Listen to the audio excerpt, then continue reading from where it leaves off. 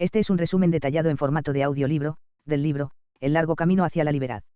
Si notas que el audio está un poco acelerado, no le subestimes a tu cerebro, verás que se va acostumbrando y lograrás optimizar tu capacidad de comprensión con algo de entrenamiento.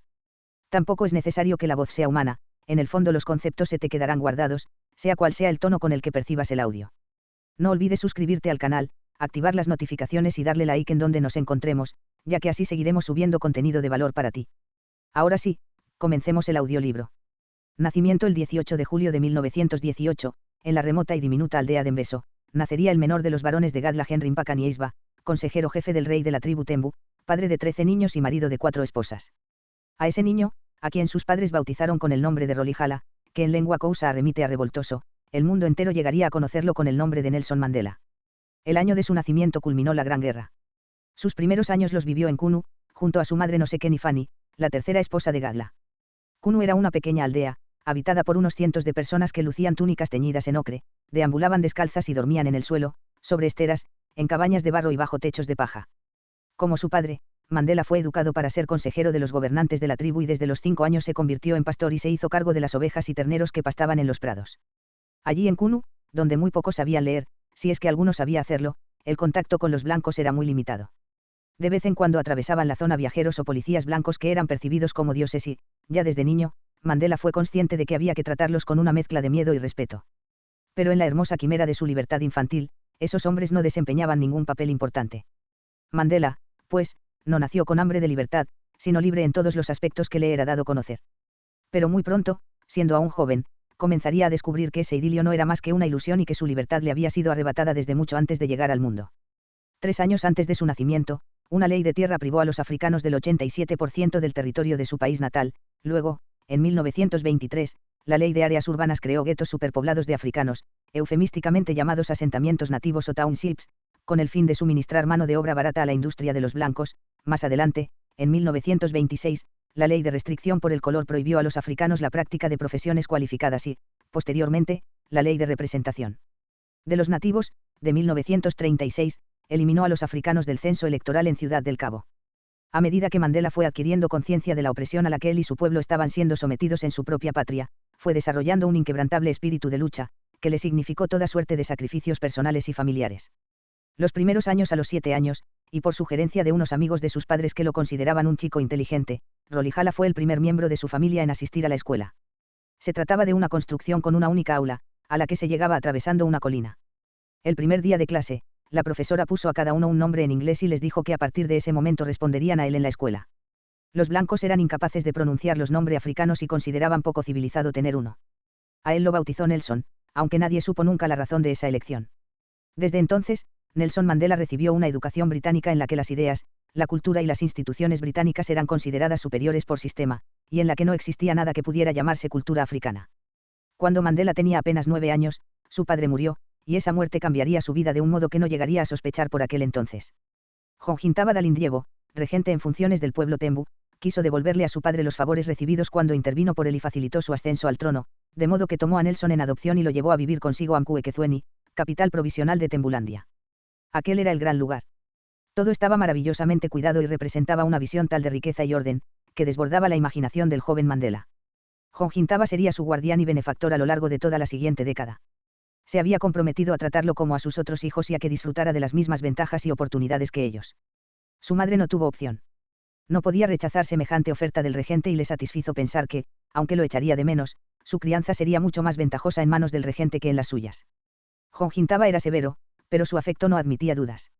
Las ideas que Mandela desarrolló posteriormente acerca del liderazgo se vieron profundamente influidas por el ejemplo del regente y su corte. En las reuniones tribales, que se realizaban con regularidad en el gran lugar, él observaba y aprendía. Esos encuentros no se programaban, sino que se celebraban cuando eran necesarios. Todos los tembus eran libres de asistir, y muchos de ellos lo hacían, viajando a caballo o a pie. El regente enviaba cartas a jefes y mandatarios tribales para anunciarles la celebración de una reunión. El día fijado, los huéspedes se reunían en el patio delantero de la casa del regente y éste abría la sesión agradeciendo a todos su asistencia y explicando el porqué de la convocatoria. A partir de ese momento, no volvía a decir palabra hasta que la reunión tocaba a su fin. Todo aquel que deseaba intervenir podía hacerlo, era la democracia en su forma más pura. La gente hablaba sin interrupción y las reuniones duraban muchas horas. Únicamente al final de la asamblea, mientras se ponía el sol, hablaba el regente. El propósito de su intervención era resumir lo allí dicho y propiciar algún tipo de consenso entre las diversas opiniones. Asombraba la vehemencia y la sinceridad con que censuraban al regente. Por muy grave que fuera la acusación, éste se limitaba a escuchar sin defenderse, sin mostrar emoción alguna. Las reuniones continuaban hasta que se alcanzaba algún tipo de consenso. Acababan en unanimidad o no acababan. Sin embargo, esa unanimidad podía consistir en el acuerdo de estar en desacuerdo, o en la decisión de esperar un momento más propicio para lograr proponer una solución. La democracia significaba que todo hombre tenía derecho a ser oído y que las decisiones se tomaban conjuntamente, como pueblo. Como líder, Mandela siempre seguiría ese ejemplo, intentado escuchar lo que todo el mundo tenía que decir antes de aventurar su propia opinión que, a menudo, no sería más que una postura de consenso respecto a lo ya dicho en la reunión. Y jamás dejó de recordar el axioma del regente: un líder es como un pastor que permanece detrás del rebaño y permite que los más ágiles vayan por delante, tras lo cual, los demás los siguen sin darse cuenta de que en todo momento están siendo dirigidos desde atrás. Cuando el joven Mandela llegó a los 16 años, fue su hora de convertirse en un hombre. En el pueblo Xhosa, la adultez se adquiere a través de la circuncisión. Así, tras una ceremonia colectiva en la que la ausencia de analgésicos era una muestra de valor y estoicismo, Mandela fue admitido en los consejos de la comunidad y su destino, ahora, sería convertirse en consejero de Sabata, hijo de Jonjintaba y heredero al trono. Para eso requería una educación, por lo que fue enviado a Clarkebury, una escuela secundaria y un centro de formación de profesores que, por aquel entonces, era la institución de enseñanza para africanos más avanzada de Tembulandia. Habituarse a ese lugar no le fue fácil. Era el primer lugar occidental, no africano, en el que vivía, y sentía como si estuviera entrando a un mundo cuyas reglas no tenía claras. Aún así, consiguió hacerse con el control y obtuvo el certificado en 2 años, en lugar de los 3 de costumbre. En 1937, con 19 años, pasó a Haltown, la escuela wesleyana de Fort Beaufort, que en aquellos tiempos era la mayor escuela africana al sur del Ecuador, con más de 1 millar de estudiantes, tanto hombres como mujeres. Al igual que Clarkebury, pertenecía a la misión de la Iglesia Metodista e impartía una enseñanza cristiana y liberal basada en el modelo inglés. El inglés culto era allí el modelo, y los jóvenes aspiraban a ser ingleses negros, como a veces los llamaban despectivamente. De allí pasó a la Universidad de Fort Hare, en el municipio de Alice, el único centro académico residencial para negros de toda Sudáfrica. El regente estaba empeñado en que asistiera allí y para Mandela fue un auténtico orgullo que lo aceptaran. Fort Hare únicamente tenía 150 estudiantes y fue, al tiempo, hogar e incubadora de algunos de los mejores cerebros jamás surgidos en el continente. Allí, por primera vez, Mandela usaría cepillo y pasta de dientes, en lugar de ceniza para blanquearse los dientes y palillos para limpiarlos. En Fort Hare, Mandela fue elegido para un comité estudiantil, fue la primera vez que un alumno de primer año pertenecía a dicho comité. Ese mismo compromiso con las causas de los estudiantes, aunado a su firmeza para enfrentarse a las directivas, lo llevó más adelante a liderar un boicot que no fue bien recibido por el director de la institución y que le valió su expulsión de esta. Si quería volver después de las vacaciones, según le comunicó el director, tendría que reconsiderar su posición y someterse a las disposiciones de las directivas. Mandela nunca volvió a Fort Hare. Pero esta vez fue el destino el que tomó la decisión por él. Al regresar a Mkwekezweni por vacaciones, el regente le notificó a él y a su hermano Justice que había concertado matrimonios para los dos, tal como imponía la costumbre. Mandela se casaría con la hija del sacerdote Tembu local y el matrimonio habría de celebrarse de inmediato. Sin embargo, al haber acudido a la escuela y la universidad durante años, y al haber tenido allí una serie de líos amorosos, él era un romántico y no estaba dispuesto a que nadie, ni siquiera el regente, decidiera quién habría de ser su esposa. Irónicamente, la educación que el propio regente le había permitido obtener lo llevó a rechazar la costumbre tradicional.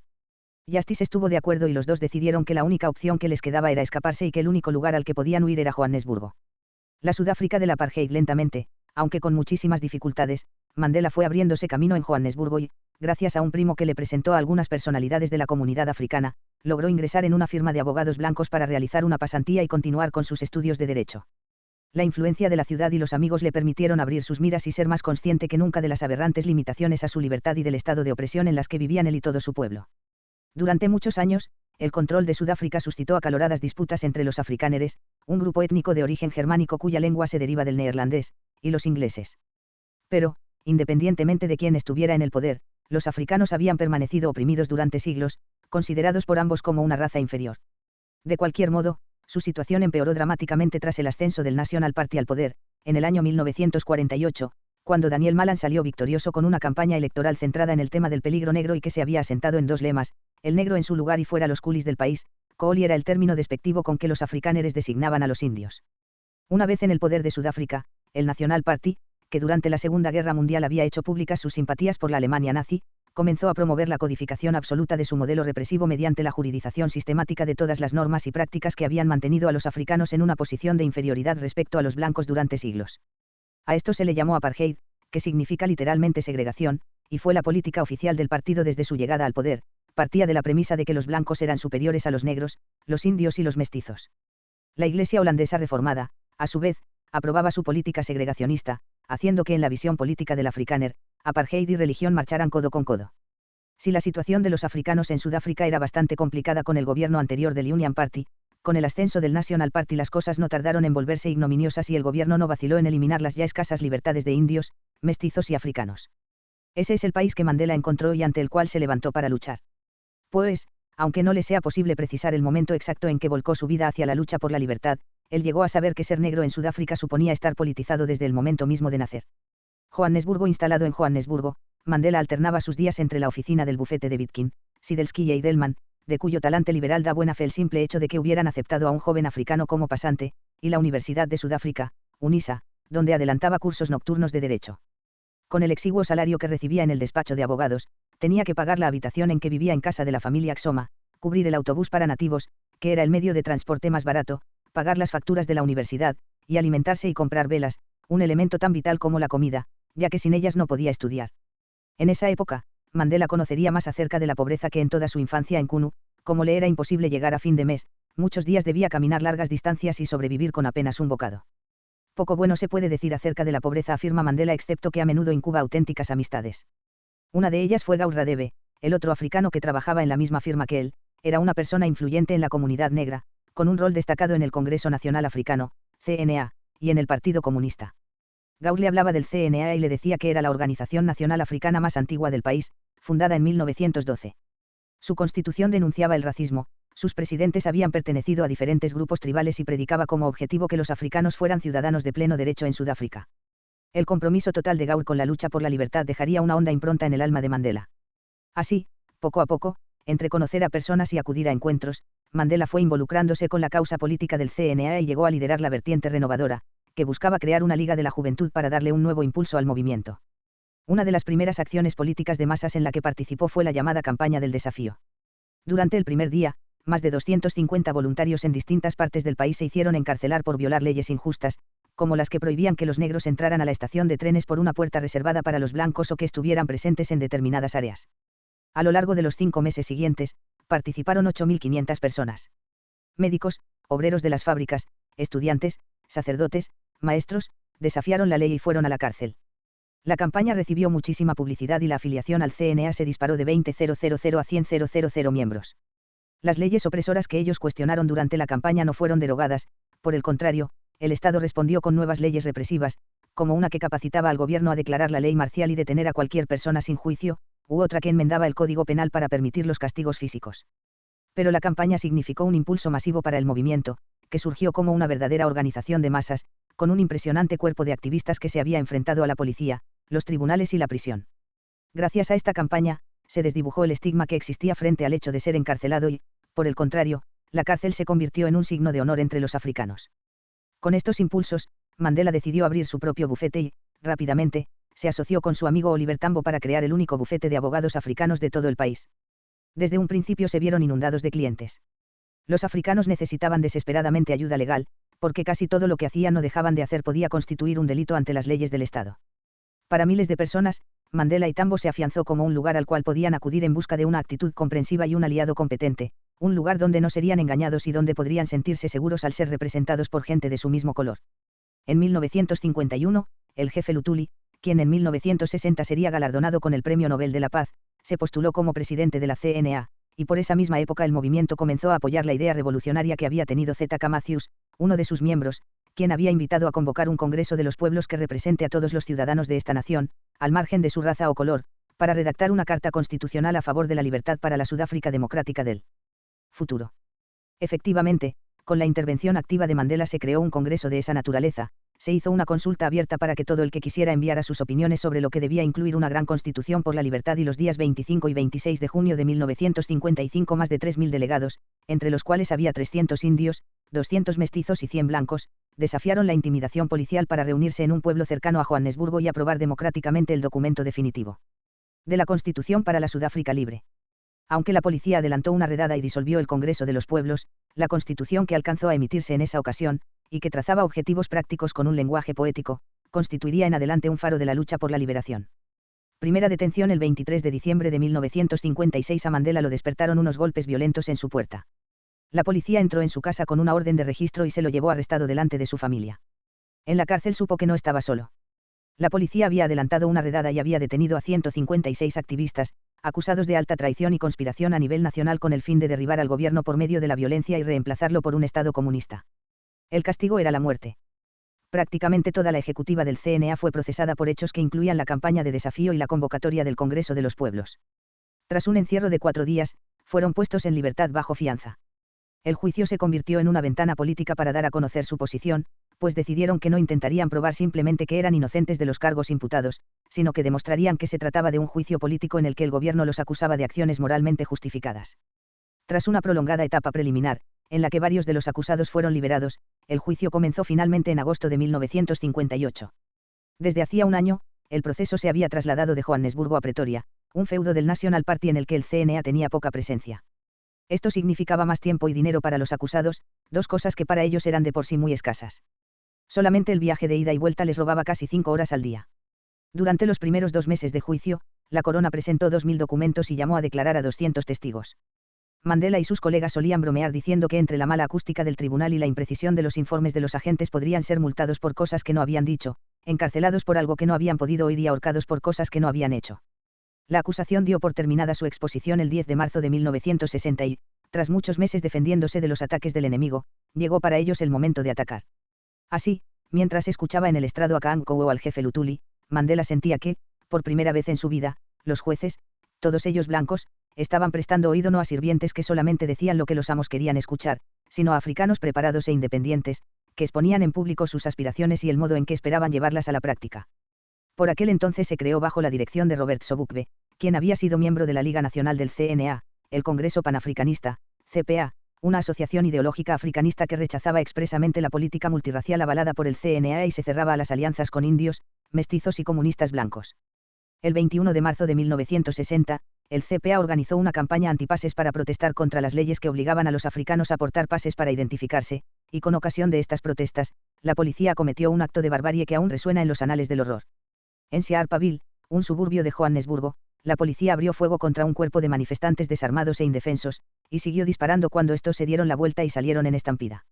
Murieron 69 africanos, en su mayoría tiroteados por la espalda, y más de 400 personas, entre ellas mujeres y niños, resultaron heridas en una masacre que ocupó las primeras páginas del mundo entero. Las manifestaciones se recrudecieron y Mandela y sus compañeros fueron nuevamente detenidos, bajo las leyes de un estado de excepción proclamado para hacer frente a los actos masivos de desobediencia civil que había liderado el CNA. Tanto el CNA como el CPA fueron declarados ilegales, al amparo de una legislación anticomunismo que castigaba con cárceles y con multas la mera pertenencia o el apoyo a estas organizaciones. Una redada policial en todo el país condujo a su vez al encarcelamiento sin juicio de más de 2.000 personas. La lucha entraba en una nueva fase. Ahora todos estaban al margen de la ley. Ante el recrudecimiento de la legislación, la estrategia en el juicio consistió en prolongar el procedimiento hasta que finalizara el estado de excepción. Tenían que preparar la defensa desde la cárcel. Nada fácil, por cierto. En su trato con los guardianes de la cárcel, Mandela pudo constatar que el motivo por el que el National Party se oponía tan violentamente a cualquier forma de integración radicaba en que solamente un electorado blanco adoctrinado en la existencia de una amenaza negra y que ignorara las ideas y la política de los africanos podía respaldar la monstruosa filosofía racista del partido gobernante. Cuando lograba derrumbar las barreras existentes, Mandela advertía que la familiaridad no llevaría al desprecio, sino a la comprensión e incluso, con el tiempo, a la armonía. El 3 de agosto de 1960, después de 3 años de silencio, proscripción y exilio interior, le llegó a Mandela el momento que esperaba con impaciencia, para dar testimonio ante aquellos que pretendían juzgarle. En lugar de mostrar sumisión o arrepentimiento, su discurso fue un ejemplo de determinación: exigimos el derecho al sufragio universal para todos los adultos y estamos dispuestos a ejercer presiones económicas para materializar nuestras exigencias. Promoveremos campañas de confrontación y huelgas, bien por separado o simultáneamente, hasta que el gobierno se vea obligado a admitir nuestras demandas. El último día de agosto se levantó el estado de excepción y Mandela pudo volver a casa por primera vez en 5 meses. El juicio, por su parte, continuó durante otros 9 meses, hasta el 29 de marzo de 1961, y tras más de 4 años en los tribunales, Tras emplear docenas de fiscales y acumular miles de documentos, el Estado fracasó en su empeño y se hizo palpable que, a pesar de sus sesgos y sus falencias, el sistema judicial parecía ser el único reducto en toda Sudáfrica donde un africano tenía alguna posibilidad de ser escuchado y donde el imperio de la ley aún podía aplicarse. Así pues, tras explicar durante 40 minutos que la Fiscalía no había conseguido demostrar que el CNA fuese una organización comunista, el juez Rumaf concluyó diciendo, por consiguiente, los acusados son declarados inocentes y quedan en libertad. La Pimpinela Negra incluso antes de que terminara el juicio, en el seno del CNA se había decidido que, de no ser condenado, Mandela viajaría por todo el país para organizar la Convención Nacional. Sería una vida arriesgada que lo mantendría alejado de su familia, pero él decía que, si a un hombre se le niega la posibilidad de vivir la vida en la que cree, no tiene más opción que convertirse en un proscrito. Así, en cuanto terminó el proceso, Mandela pasó a la clandestinidad. Un líder normalmente busca destacar. Con un proscrito ocurre todo lo contrario. Por esa época, Mandela fue invisible. Hablaba más quedamente, se mostraba más pasivo, no pedía nada, tenía el sueño ligero, se disfrazaba de chaafe, jardinero o cocinero, tenía un coche y andaba con una gorra de chofer y un guardapolvo que le permitían viajar con el pretexto de que conducía el vehículo de su amo. Se emitió una orden de captura en su contra y su existencia al margen de la ley atrajo la atención de los medios, que lo apodaron la Pimpinela Negra, haciendo una adaptación un tanto despectiva de la Pimpinela Escarlata, un personaje de ficción que eludía a sus perseguidores durante la Revolución Francesa. El tiempo que pasó en la clandestinidad estuvo dedicado fundamentalmente a la planificación de la campaña de permanencia en casa que comenzó el 29 de mayo de 1961 y en la que cientos de miles de personas arriesgaron sus empleos y sus medios de subsistencia al no asistir a sus puestos de trabajo. Durante la campaña, Mandela declaró ante los medios que la respuesta había sido magnífica y alabó al pueblo por desafiar una intimidación sin precedentes por parte del Estado. Ante la reacción violenta y desproporcionada del Estado, agregó, si la respuesta del Estado es aplastar por la fuerza nuestra lucha no violenta, tendremos que reconsiderar nuestras tácticas. En efecto, Mandela consideraba que la no violencia no podía ser un principio infranqueable y consideraba inmoral someter al pueblo a un ataque armado del Estado sin ofrecerle ningún tipo de alternativa. Así lo planteó ante la ejecutiva del CNA y, tras muchas discusiones y reticencias, logró persuadirlos de que una campaña militar resultaba inevitable. Se decidió entonces crear un movimiento militar que, si bien bajo el control global del CNA, estuviera separado e independiente de este y actuara en forma autónoma. Mandela, que jamás había sido soldado, que nunca había disparado contra un enemigo, recibió el encargo de crear tal ejército. La nueva organización se llamó Umkhonto-Sizwe, la Lanza de la Nación, o MK, en su versión abreviada, y el 26 de junio de 1961 Mandela envió una carta a los periódicos africanos, desde la clandestinidad, en la que decía que no pensaba entregarse a la policía y justificaba su vida clandestina. Tras estudiar diferentes tipos de actividades violentas, Mandela decidió que el MK empezaría por aquella que menos daños infligía a las personas, el sabotaje. La estrategia consistía en hacer incursiones selectivas contra instalaciones militares, centrales energéticas, tendidos telefónicos e infraestructuras de transporte, para reducir la eficacia militar del enemigo, intimidar a los simpatizantes del National Party, provocar la huida del capital extranjero y debilitar la economía. Si el sabotaje no daba resultado, estaban dispuestos a contemplar otras alternativas, como la guerra de guerrillas o el terrorismo. A comienzos de 1962, las directivas del CNA exhortaron a Mandela a realizar una misión por África, con el fin de obtener apoyo político y económico para la nueva organización clandestina y, lo que era más importante, adiestramiento militar para sus hombres. Así, Mandela se desplazó primero a Tanganica, un país gobernado por africanos, donde sintió por primera vez en su vida lo que era ser un hombre libre, pues allí donde fuera el color de su piel era automáticamente aceptado en lugar de despreciado. Luego viajó a Sudán, a Ghana y a Etiopía, la cuna del nacionalismo africano. Siguió viajando por Egipto, Túnez, Marruecos, Mali, Guinea, Sierra Leona, Liberia, Senegal y, por último, viajó a Londres. Tras esta misión, Mandela regresó a Etiopía para un programa de instrucción militar. Aunque el cursillo debería haber durado 6 meses, a las 8 semanas recibió un telegrama del CNA en el que se le solicitaba que regresara urgentemente a casa. Así lo hizo. Al segundo día de estar en Sudáfrica y mientras se desplazaba hacia Johannesburgo para ver a su familia y encontrarse con las directivas de la CNA, el coche en el que viajaba Mandela fue adelantado a toda velocidad por un vehículo lleno de blancos. Él, que llevaba su guardapolvo blanco de chafe e iba sentado de copiloto, se giró y vio otros 2 coches llenos de hombres blancos. Sus 17 meses de libertad habían llegado a su término. La noche del 5 de agosto de 1962, Mandela no tendría que preocuparse de que la policía lo encontrase, ya lo había hecho. Los cargos iniciales que se levantaron en su contra únicamente incluían la incitación a la huelga y el haber salido del país sin los documentos pertinentes. En un inicio no disponían de pruebas que lo relacionaran con el MK o que pudieran vincularlo con traición y sabotaje. Así que, por el momento, se enfrentaba a una pena de, máximo, 10 años. Fue trasladado a la prisión de Pretoria, donde inició unos cursos por correspondencia para obtener el doctorado en Derecho, al tiempo que el CNA creaba un comité para su liberación y ponía en marcha una poderosa campaña bajo el lema Libertad para Mandela. A lo largo del proceso, el magistrado se mostró incómodo e inseguro y no se atrevía a mirarlo directamente a la cara. También los abogados parecían abochornados. Fue como una revelación para Mandela. Aquellos hombres no solo se sentían incómodos porque él fuese un colega caído en desgracia, sino porque no era más que un hombre normal y corriente al que se le estaba castigando por sus ideas. En ese momento, vio más claro que nunca el papel que podría desempeñar ante el tribunal y las posibilidades que se le brindaban como acusado. Por eso, cuando le preguntaron el nombre de su abogado, dijo que se defendería él mismo, pues eso le daba más fuerza al carácter simbólico que había decidido desempeñar. Al tribunal se presentó vestido con un carus tradicional cousa de piel de leopardo, en lugar de traje y corbata, para realzar simbólicamente que era un africano negro obligado a comparecer delante de un tribunal del hombre blanco. La multitud de simpatizantes que acudía siempre a las audiencias, muchas veces tras recorrer enormes distancias para llegar, se levantaba siempre ante su presencia y con el puño en alto gritaba, Amandla, una consigna popular que significa poder. Antes de que se emitiera la sentencia, Mandela dio un discurso que duró más de una hora. No fue en absoluto una petición de clemencia, sino un testamento político, en el que dijo, entre otras cosas, lo siguiente: por poderoso que sea el miedo que siento ante las aterradoras condiciones a las que puedo enfrentarme en la cárcel, mayor es mi odio por las aterradoras condiciones a las que está sometido mi pueblo fuera de ellas en todo el país. Justo después, el juez dictó sentencia: 3 años por incitación a la huelga más 2 años por salir del país sin pasaporte. La multitud enardecida comenzó a entonar el himno de libertad africana y el tumulto hizo que Mandela olvidara por un momento que se dirigía a prisión a cumplir con lo que en aquel momento era la sentencia más severa jamás impuesta en Sudáfrica por un delito político. El juicio de Rivonia. Cuando apenas había cumplido 9 meses de su condena, la policía realizó una redada en la granja de Rivonia, centro de operaciones del MK, donde confiscó cientos de papeles y documentos, entre los cuales se encontraba un plan para emprender una guerra de guerrillas en Sudáfrica, y capturó a todo el alto mando de la organización. Dado el clima político, el Estado solicitó la pena máxima autorizada por la ley, es decir, la pena capital. A partir de ese momento, y durante los 8 meses que duraría el juicio de Rivonia, Mandela y sus colegas vivirían a la sombra de la horca. El Estado presentó cientos de testigos, miles de documentos y fotografías.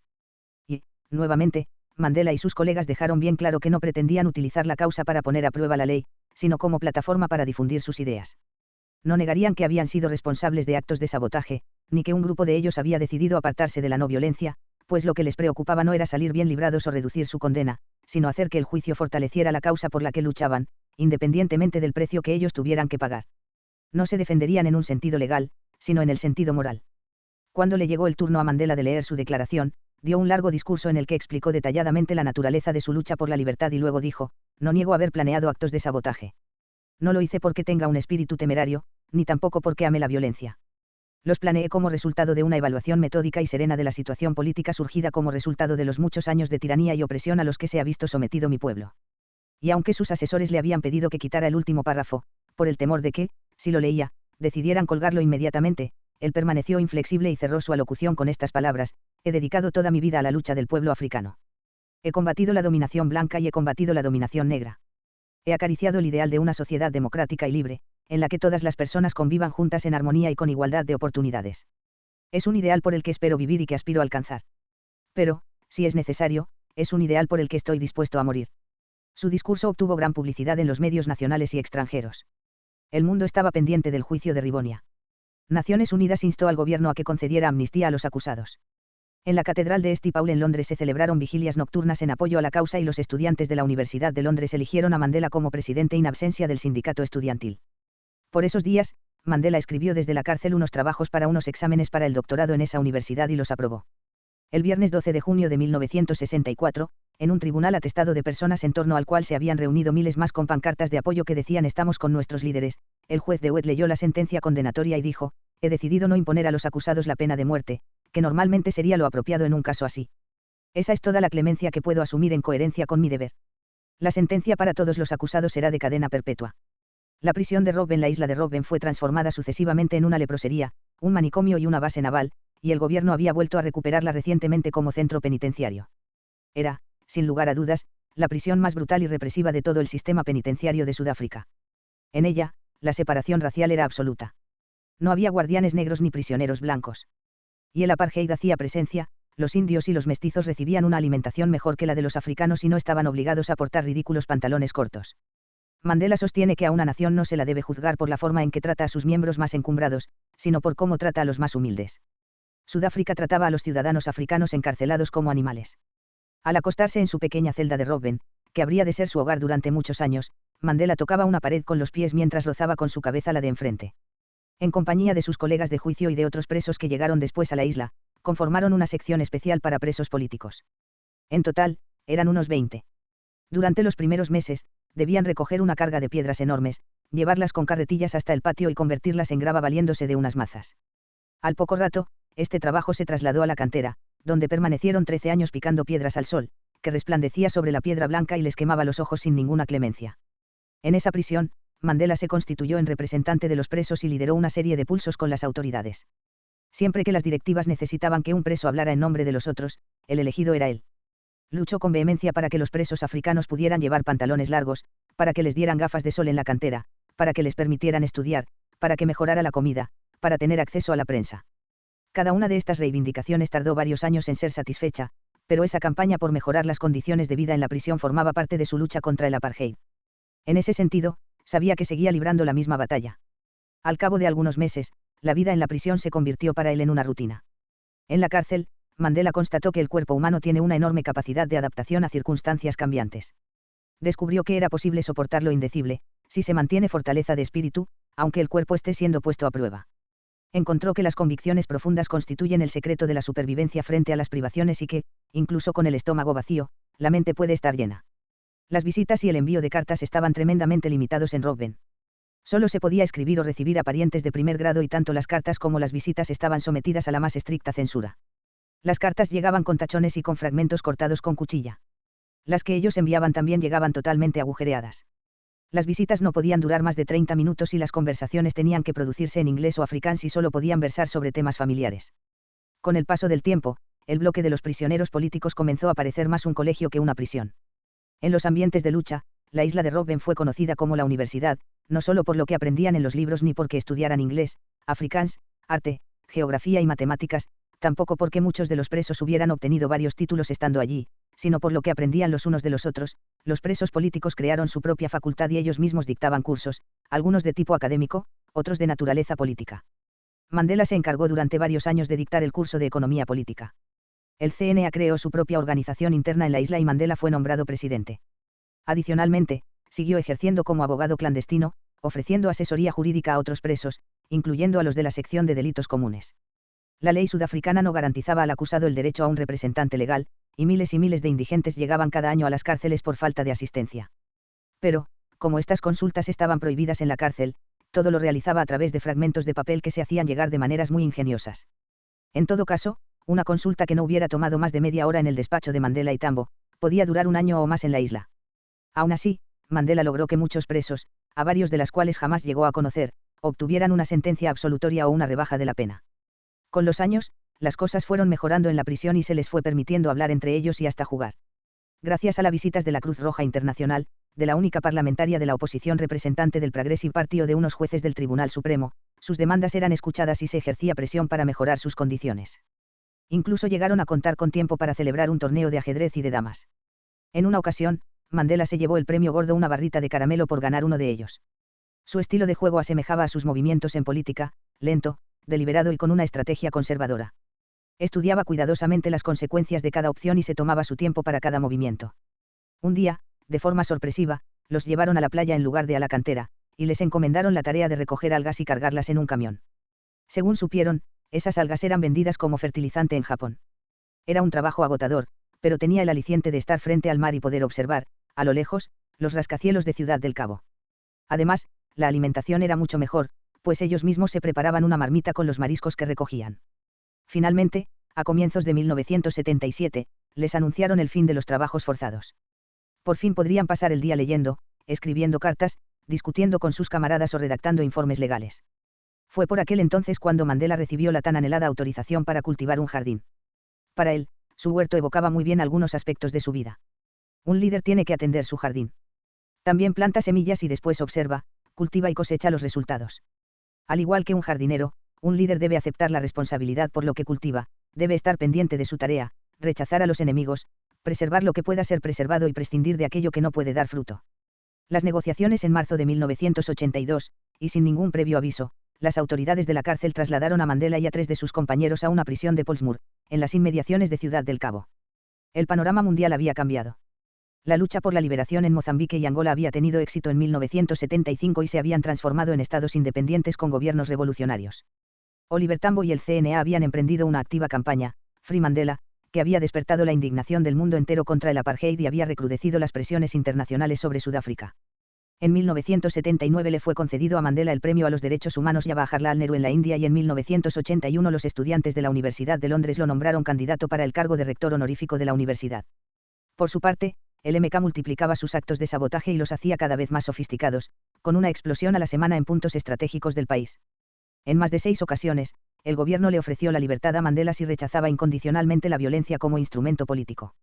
Aunque él pensaba que la negociación, y no la guerra, era el camino para hallar una solución, no estaba dispuesto a desistir del uso de la violencia como arma de lucha en las condiciones de opresión que continuaban vigentes en el país. Salir de la cárcel a encontrarse con las mismas circunstancias por las que había sido arrestado simplemente le obligaría a reemprender las actividades que habían ocasionado su encarcelamiento. Al fin y al cabo, él consideraba que el responsable de la violencia era el Estado, pues el que dicta la forma de lucha es siempre el opresor, no el oprimido. Por eso, en una declaración pública que leyó su hija y que fue la primera que se pudo difundir legalmente tras más de 20 años de censura, le habló así a su pueblo: amo profundamente mi libertad, pero amo aún más la vuestra. Solamente los hombres libres pueden negociar. Los prisioneros no pueden formalizar contratos. No puedo, ni pienso, hacer promesas en un momento en el que vosotros, el pueblo, y yo, no somos libres.